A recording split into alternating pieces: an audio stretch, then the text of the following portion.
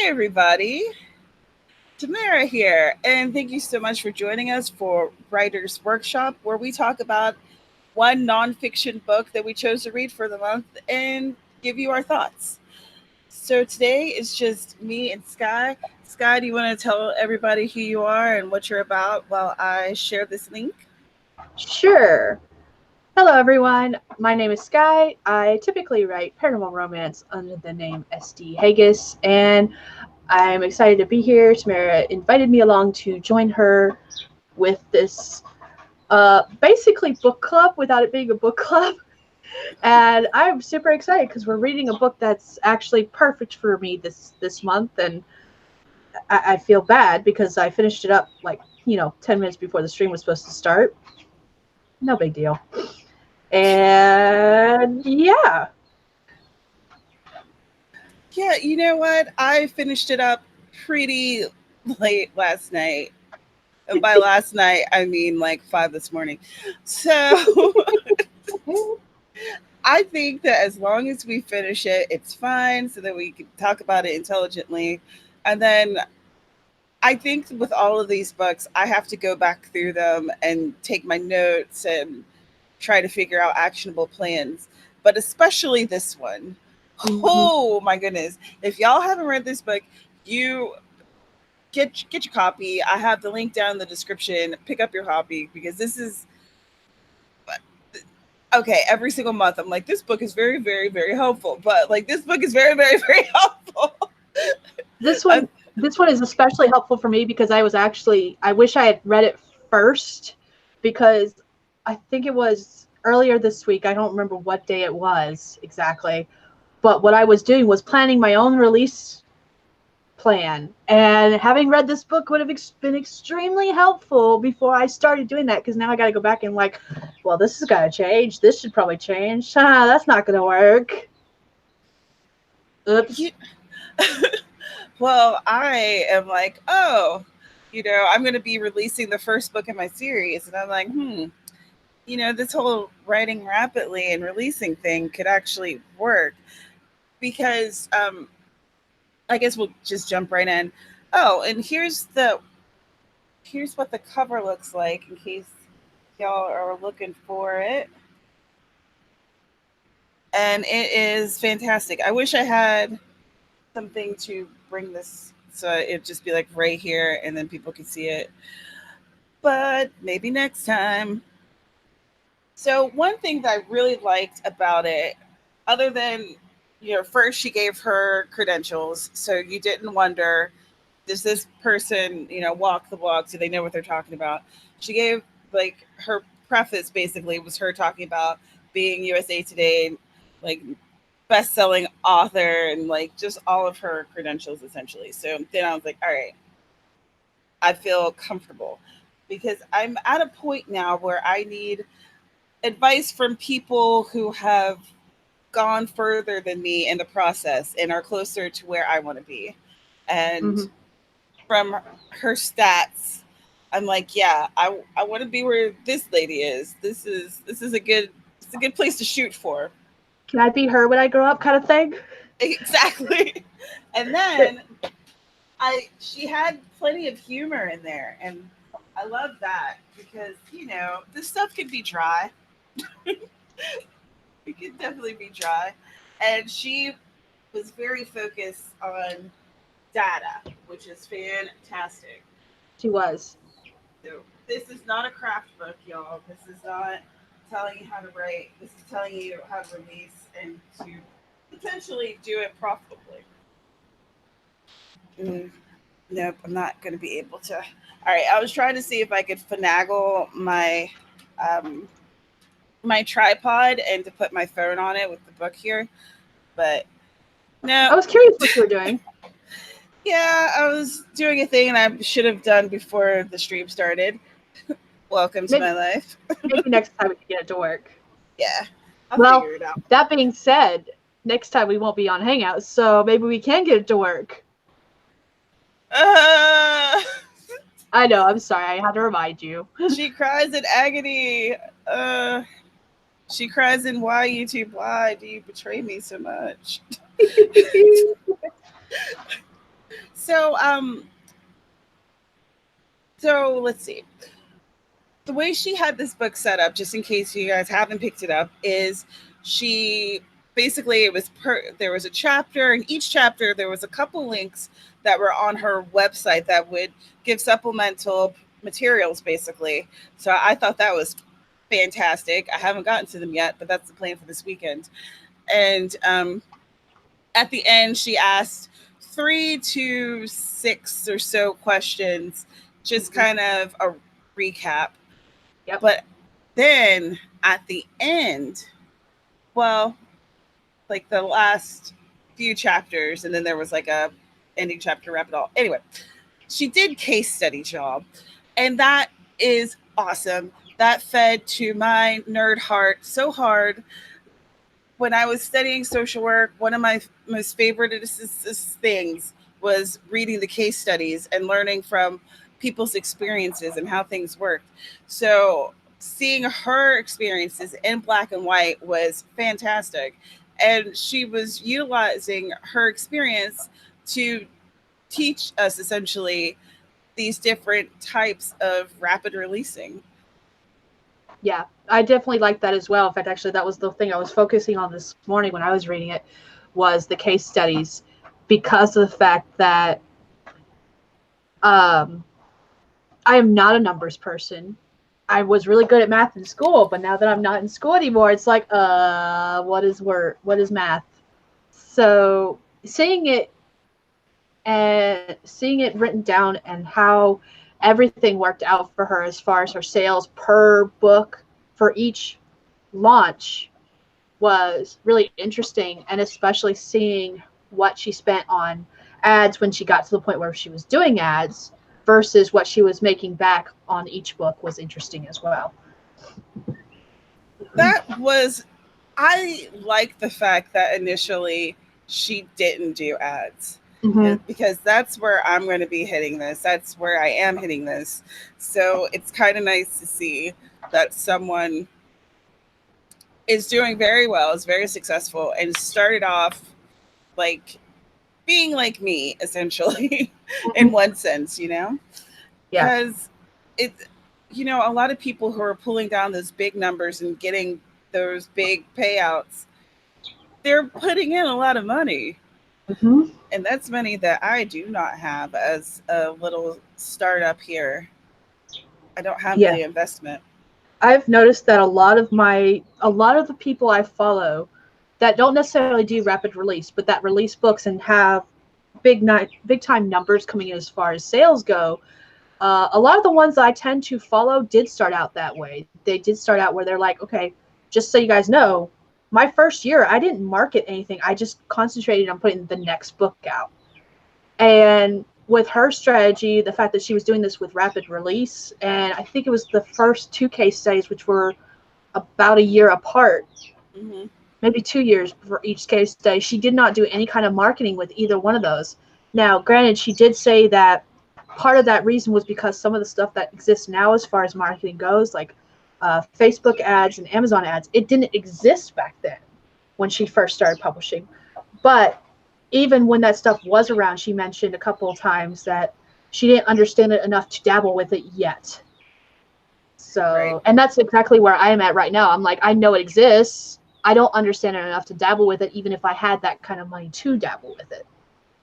And I thought that was a pretty interesting point because she didn't say, I don't think she said it overtly, but it was kind of letting you know, before you put your money into this stuff, start learning about it. Yes. One thing that one quote that really struck out to me, and this was in the very first chapter. She asked, "Are you making business decisions with your head or your heart?" And I was like, oh, How? girl, how dare you I feel with my attacked. I feel attacked.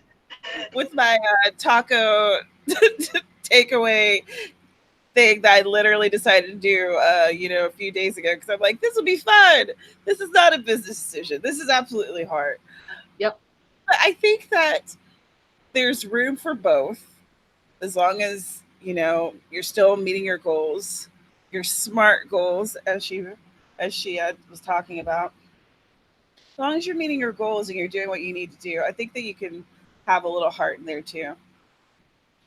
Besides, I'm impulsive sometimes, so that's running my mill.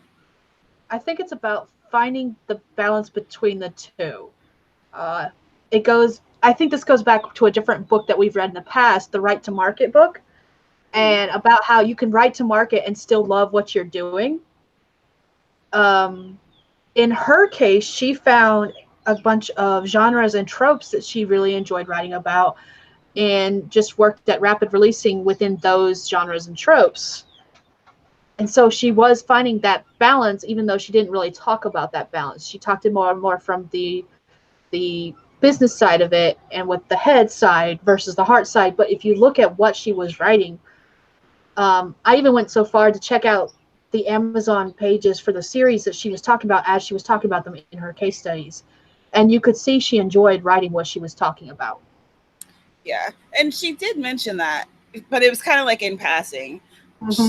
That she, this was stuff that she enjoyed writing, and that was she started as a traditionally published author, Mm-hmm. and just to give you guys some background, and she got kind of ticked off because she wanted to publish something, and they didn't want to take on her book, and she was like, "What? Well, I'll publish it myself." And she went and did that.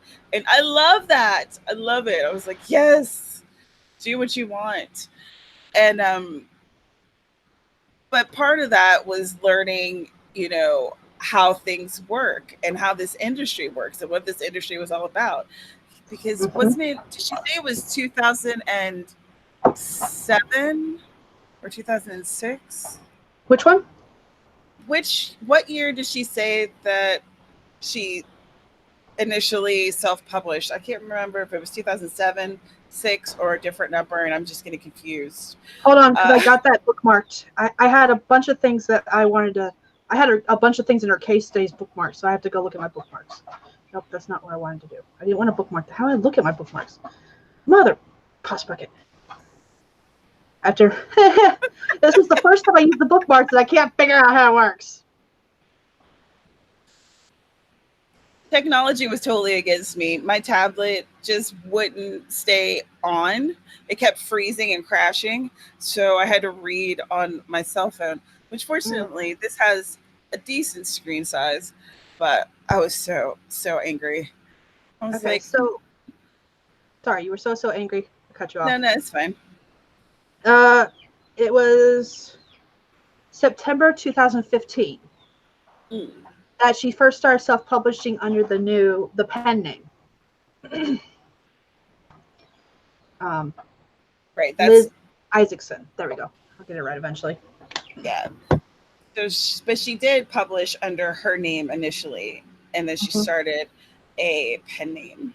Yes. She also has a YouTube channel. Does she? Mm-hmm. I'll have to go look for that later.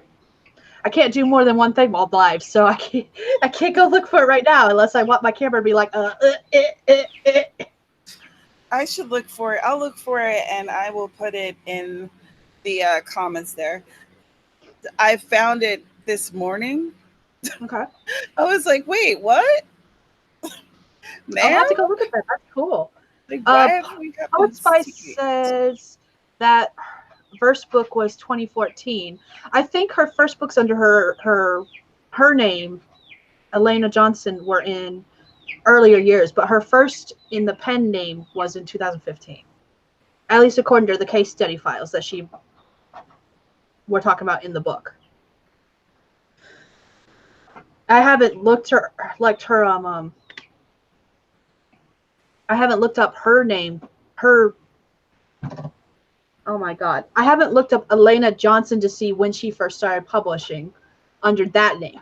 But Liz Isaacson, I went through all of that this morning when I was reading the case files, and the first one that published was in September 2015, just like she mentioned in her case study. So, yeah. Now that I'm confused myself, woo. Excellent. We're doing it. We're moving right along. Oh, jeez. So you have been thinking about doing the whole rapid release thing. That's been my plan since I started really figuring out what I wanted to do with my publishing. Because I was originally, kind of like Elena, I was originally published with a publishing company. Now it sounds like she's with one of the, Simon & Schuster's still one of the big, are they one of the big five? They're one of the bigger ones, even if they're not one of the top five. Yeah, they're still I can never remember which ones are actually part of the big five, so there's that. I was with a small press that has since closed. But kind of like her, she started in the traditional world and then went to self-publishing. I'm finding myself in the exact same boat. I started off in the traditional world with a small press and had 2 books in one series published through them. And when I was originally aiming towards self-publishing, after that publishing company closed, I was like, I'm just going to release those first 2 books, bam, bam, and then release the rest of the series with the same amount of time. And at the time I was thinking about doing that, I didn't realize it was called rapid release. I was just like, I'm going to release them right then and there and drop them all at the same time. And now, 2 years later, a year and a half later, I'm like, oh, there's actually a thing about this revolving around all of this called rapid release. Which is awesome, because then you have people's experience that you kind of can learn from and hopefully not replicate their mistakes and make some new ones all of your own. Exactly. I'm gonna screw up a lot, starting with the fact that I'm not releasing that series first. I'm releasing a completely different one first. Wait, what? I have that series with an editor, and it's kind of locked up right now because of the fact that I am stuck on some rewrites before I get it back to that editor. Whereas the other series, there's not as many hiccups going on with it. So the other series is probably going to release first just because it's going to be done first. I hear that. So one phrase that she used was packaging to market, which I'd never heard of that phrase before. But that was essentially talking about like having a cover that works with the niche market that you're writing for, and a blurb that works for them, and a title that's appropriate, etc. But she called it marketing, packaging to market. And I thought that was interesting. That was just like a phrase, and I'm a word nerd. So I was like, I have to mention this. It's a cool phrase, and it was something I'd never actually thought about before. And even when I was reading that, I do remember reading that now that you say it, but I didn't really put much thought into it afterwards. But that's exactly what you kind of have to do with rapid release, because you want everything to be able to drop all at once or within quick succession of each other. And so that means you have to have all of that stuff ready beforehand. Ugh. Yeah, all of it. And she gave like a helpful list. And I think that there was a worksheet on her website to go along with that. Yep. To help there is. I haven't looked at the worksheet yet, but that's one of the things I had bookmarked so I could go back to it later. Exactly. The only thing that I know for me personally won't work for me that she seems to do is she was talking about being able to write so many books quickly within a short amount of time. And I have discovered that I can't do that kind of thing. I don't have the kind of editors lined up that she does for her release schedule, because I think she even got to the point where she was releasing every 3 weeks, which means she spends about 2 weeks writing the book, and then she spends that last week editing, proofreading, and getting it to her editor and back, and all that fun jazz. And I'm just like, no, ma'am, that is not going to work for me. And so my idea for release schedule is much different. Like, I'm going to have all my books ready to go before I even put that pre-order up, man. It's just not going to happen. I keep waffling back and forth between how I'm going to do all of this and what I want to do. And I've decided that this weekend that I'm just going to have to make a decision and just stick to it and see what happens. Whether, and if I have to adjust things along the way, this would be it. Because it really is a bit intimidating to be like, okay, well, here's the pre-order date. So now it's a real thing, and I'm going to definitely have everything fixed and together and perfect, and holy crap. It's a lot, but it's not impossible. And I like having actionable steps. And that was one thing that I hadn't thought about in terms of monetary goals, which Mm-hmm. is dumb in hindsight. But I'd always thought about in terms of my productivity, my goals, and creating SMART goals for that. And SMART stands for specific, measurable, attainable, realistic, and time bound goals. So goals that have like basically a due date. Like, Mm-hmm. so I'd always thought about in terms of the actual writing, but not in terms of, excuse me, my finances. Yeah. And I think with her actionable steps, that really helps put all that in perspective as well, because you can figure out kind of ahead of time, okay, I'm going to need covers for, let's pretend I have a book of 6 that I want to write. Like in most of her examples, a lot of her examples are 6-book series. So you know you're going to need covers for 6 books, and you're going to need them by such and such dates. You can go ahead and start looking, okay, this cover artist has availability. They charge this much. They'll be able to get it back to me by this date. And then you can go from there. Same thing with editor. Just same thing. Okay, these people are available for edits. They work in my genre. They cost this amount. And it allows you to plan out each of your steps in order to make this an actual business plan versus just doing what I'm doing, where you're like writing the book and then I'm like, I'll get to everything else later. I'm fortunate that I have my covers backpiled. I mean, I have all but one of my covers backpiled. I'm actually, in fact, actually, I just got an email from a new cover artist I'm going to be working with, whose style is very similar to my original cover artist, who is completely booked until 2021. ouch. Yeah, and that's the killer right there, is making sure your artist is available. But she did the covers for the original 3, and then I was like, oh, I'm gonna make a reader magic about a prequel, and I'm like, cover artist. Uh But oh. and she suggested 2 people to me, and I just got on the schedule for one of those 2 for a cover in the next couple of months. But then I'll have all my covers, That's and then I just have to fantastic. focus on editing and publication. So that's not the way to do it, folks. Just say. I have made the glorious mistake of I released Wiped Out, which is in one series, and then the book that I'm releasing the beginning of August is a different series. So that's not really what you're supposed to do. You're not supposed to start 2 new series at the same time. That's dumb. That was dumb. But it's happening and I'm doing it. So It's not necessarily a dumb thing, because even she, in one of her later case studies, talked about the fact that she did the same thing, but she wasn't a new author. She had a lot more of a backlist built first, and what she was doing later on was staggering 2 books from 2 series to come out. Boom, boom, boom. yeah, So that back. So my backlist is a mess. But that's okay because this whole indie thing is a learning process and it's unique to your needs. And for some reason, I needed to do that. So, yes. One thing that I liked that she mentioned that we see a lot in um, 20 book to 50K, your miles may vary, meaning that the things that she did, the numbers that she's pulling, isn't necessarily what you exactly need to follow or what you need to do.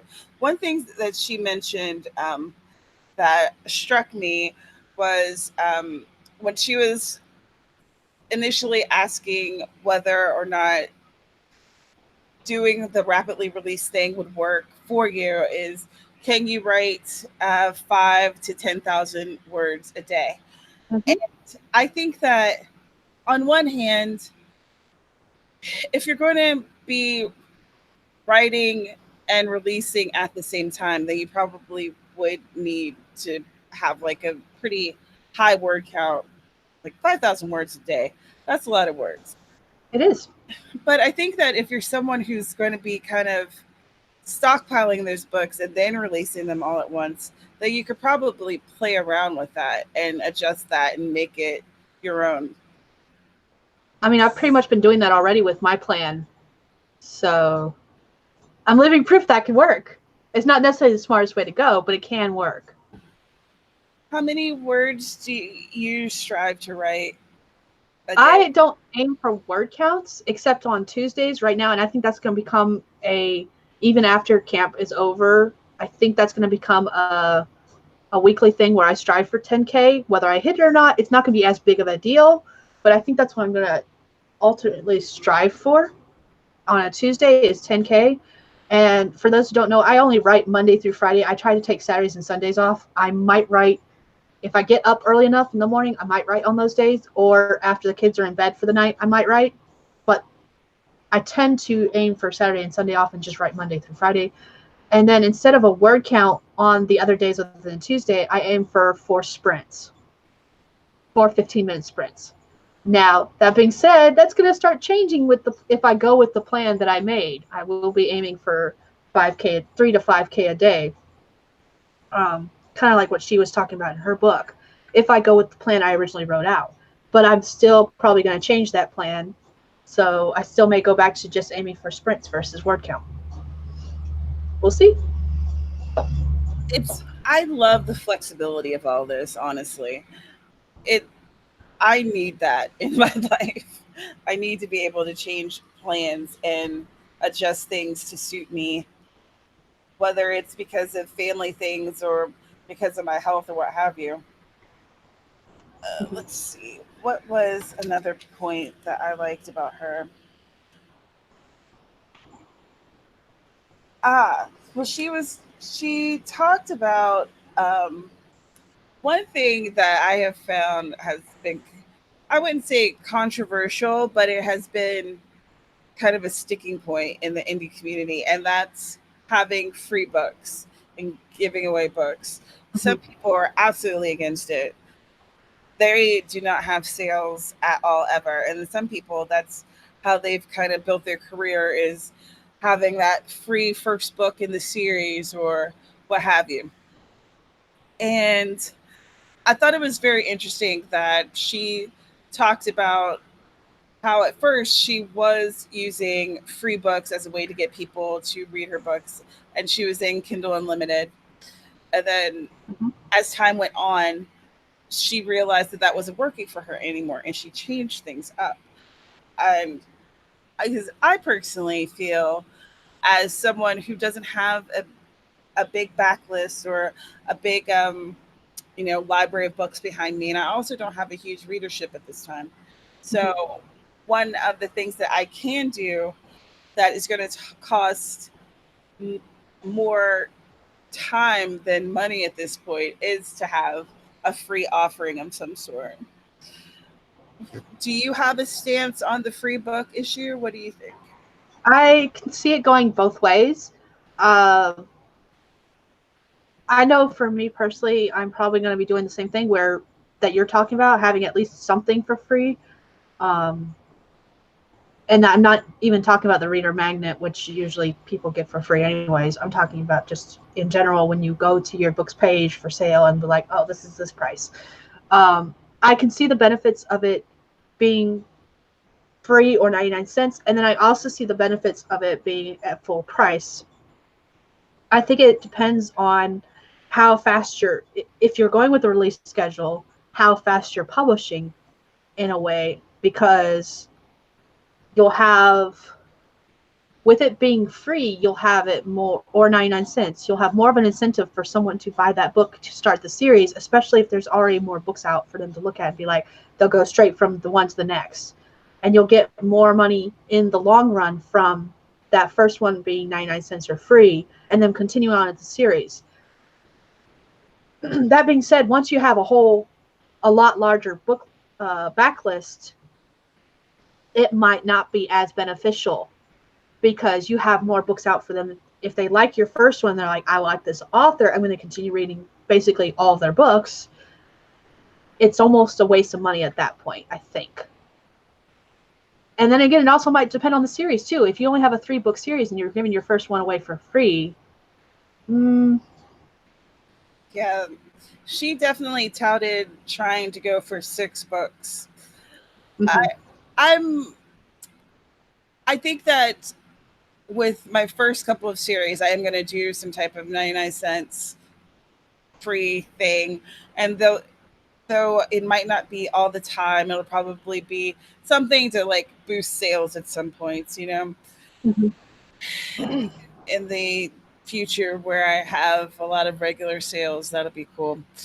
But what I what I am really looking forward to is, and it's not something that she necessarily spoke at length about, but I can't wait to be able to make like the book bundles and sell, you know, the whole series with the Yes. cool cover and like all that. Like, I love those.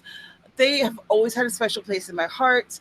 When I was a teenager and like a tween, that was like the best. I remember getting for maybe my birthday, um, like my favorite series. My mom had found like a bundle, and it was great. It was the best thing ever, and it still is. And I Yep. can't wait to be able to do that. Which is, you know, that is one method of kind of helping with tanking sales or declining sales, is to package it differently, because a lot of people are like me and they like to binge those books and have them all in one little handy place. It's Yes. nice. I'm discovering a love for those. When I was before ebooks became as big as they are, uh, the paperbacks and hardbacks would sell those as, instead of box sets, they would sell them as like omnibuses. And I'm like, I don't want to. When I get to the point, even with my ebooks, I was like, I don't want to call it a box set. I want to call it an omnibus, because that excited me when I was growing up, and I was like, oh, it's a collection. It's an omnibus. It's got all of these books in one place. Like, that to me is exciting. So I'm kind of with you on that one.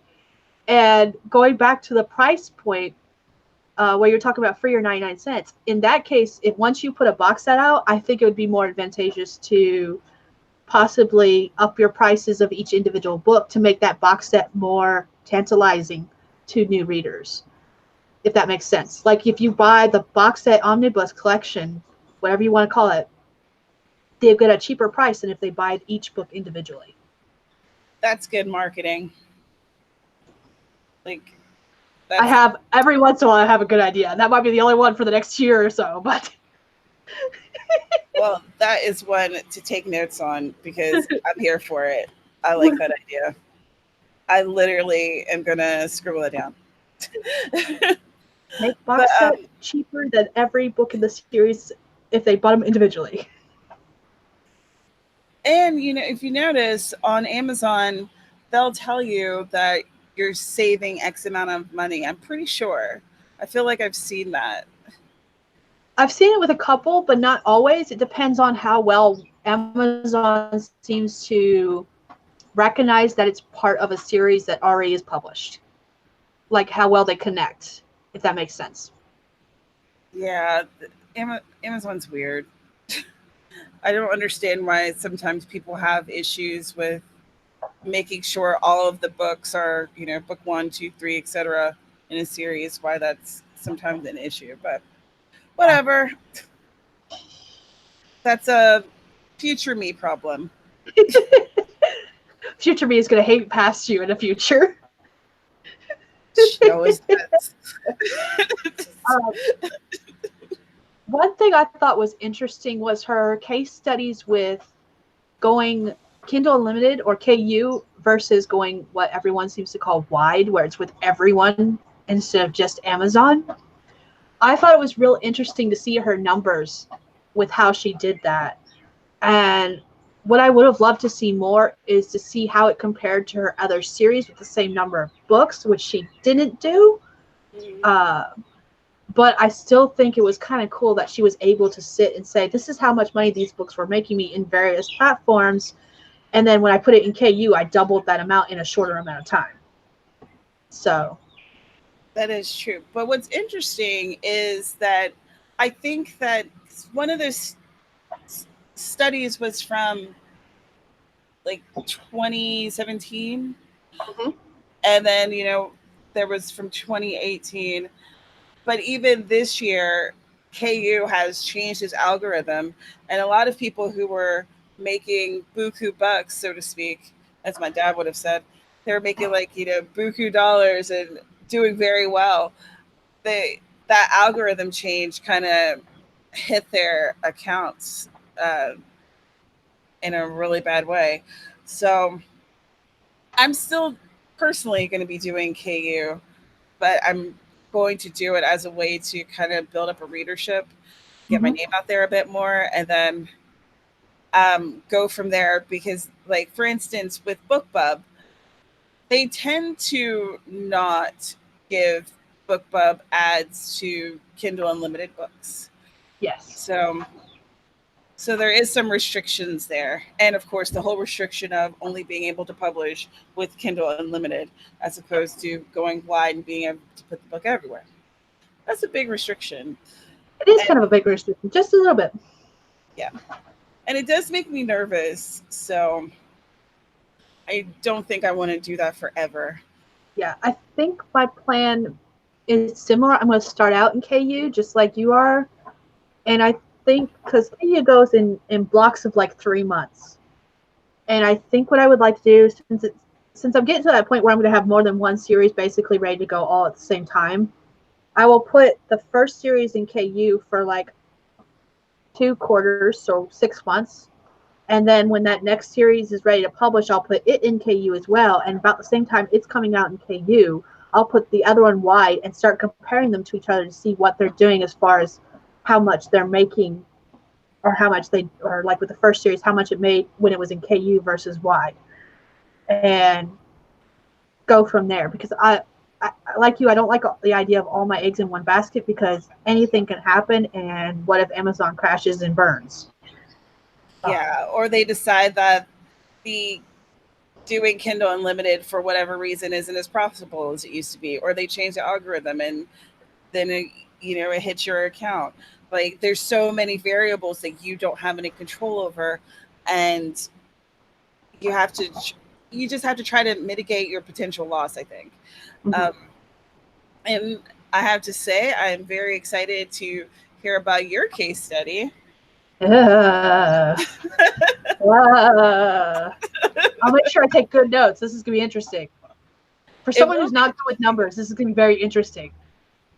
Fortunately, my fiance, he does the math stuff, so I'm like, help me, help me. These are numbers and they don't make sense.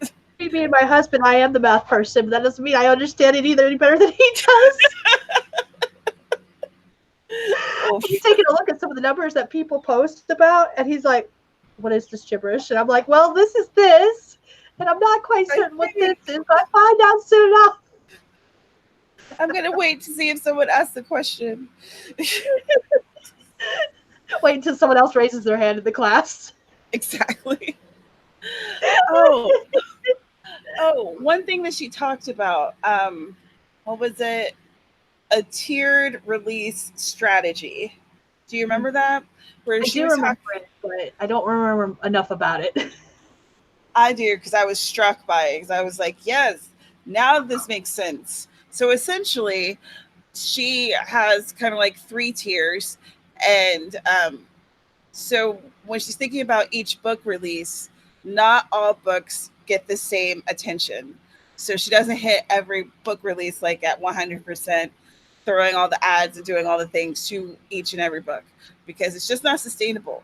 And I was like, yes, I'm so glad to see that, because no one talks about this.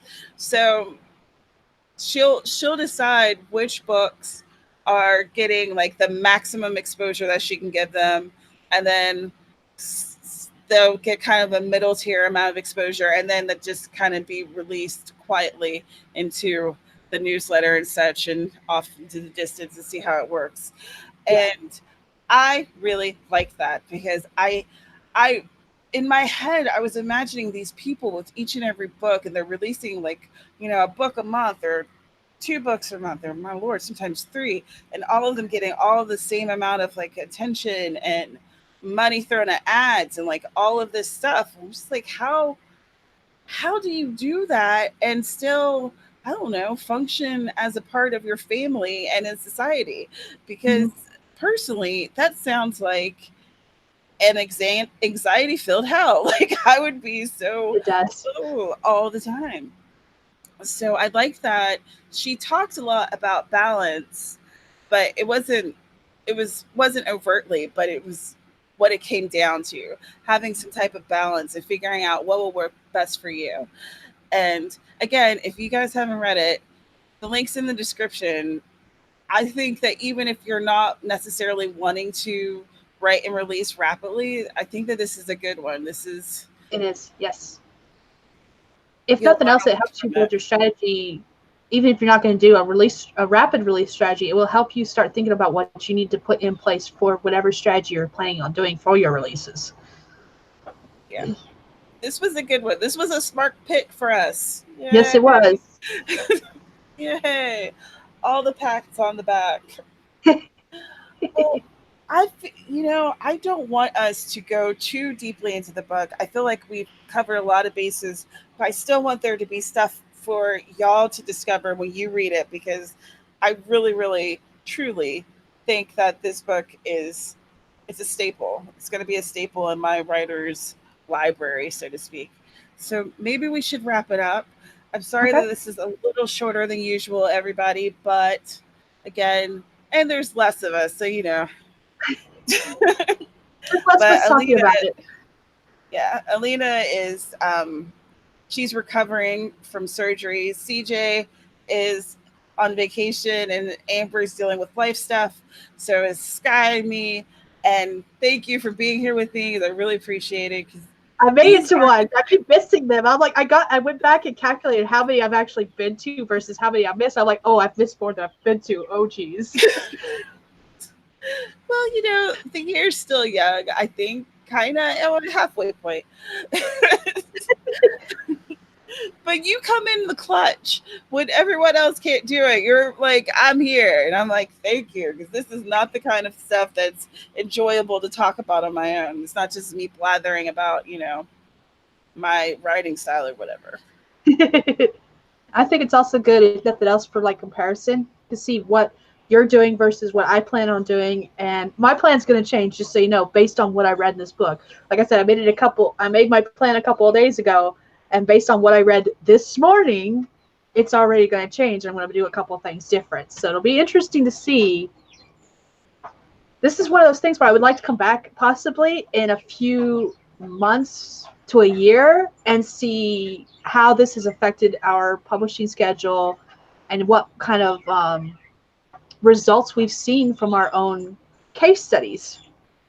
I think that's fantastic. I would love to come back to this next July, or in the first quarter of the year, at like the end Mhm. of the first quarter or something, depending on, when you're actually releasing and how many I'm actually. Oh my gosh, let's not think about that too deeply at this moment. It's still early morning for me. Ugh. But yeah, I love that idea. I would absolutely like to do that. And just like with Newsletter Ninja, I'd like to circle around back for that too. Maybe that one would be better for the beginning of the year, because I think that by the end of the year, everyone could have a newsletter out. Mhm. They might not necessarily have we books could out. Oh, plan we could plan like one for a quarter, like the first quarter one could be the Newsletter Ninja, and the second quarter one could be this one. I like these ideas. We'll have to shop them with the rest of the crew and see what everyone thinks. I don't think that they'll hate this idea, though. This is a good one. Shannon says yes in the comments section. Excellent. Shannon, always with the support. Oh, what was I going to say? Never mind. Not important. Um, we don't know which book we're going to be doing yet. We'll create a poll and vote amongst ourselves, and then we'll let you know this upcoming week. So stay tuned, and we'll see what kind of writing goodness do we get into, because as you guys know, the whole reason for doing this thing was that I needed some positive peer pressure to read all of these writing books that I've just been stockpiling and haven't been getting to. And this is episode 6. That means 6 books, which is probably 6 more than I would have read. So, yes, Yeah. we're doing it. We're learning things, and we're hopefully becoming better business people as we do it. Hopefully. So, do you want to give your outro and I'll give mine and we'll let the good people go? All right, sure. Uh, Thank you for having me. My name is Skye. I typically write paranormal romance under the name SD Hegyes. And if you listen to the stream, you know I have nothing out currently, but I'm slowly working my way there, and I'll be implementing a rapid release schedule for my books when I do get to that point that I'm nowhere near yet. So that's me. And I am Tamara Woods, and this is my channel where I talk about writing and books. Speaking of books, this upcoming Tuesday, we are doing Taco Takeaway, where I want to taco to you about Murder Despair. I'm never going to be able to say that without chuckling. It's so dumb. But I don't care. It's going to be so much fun. We're going to do giveaways. I might even be giving away some gift cards for Taco Bell. We'll see. But it's going to be here on my channel at 1 p.m. Hawaii Standard Time, which is 7 p.m. Eastern. Bring your tacos, bring your beverage of choice, and bring your ability to have a good time, because that's what we're going to be doing. And I think that's like the thing that I want to promote. So everybody's links are in the description down there. And thanks again for being here, y'all. We'll be doing this again the last Sunday of our Sunday. Today's Saturday. Wow. The last Saturday of August. The last Saturday of August, we'll be back at it again. All apologies for my loopiness, and we'll see you next time. Bye, everyone. Bye.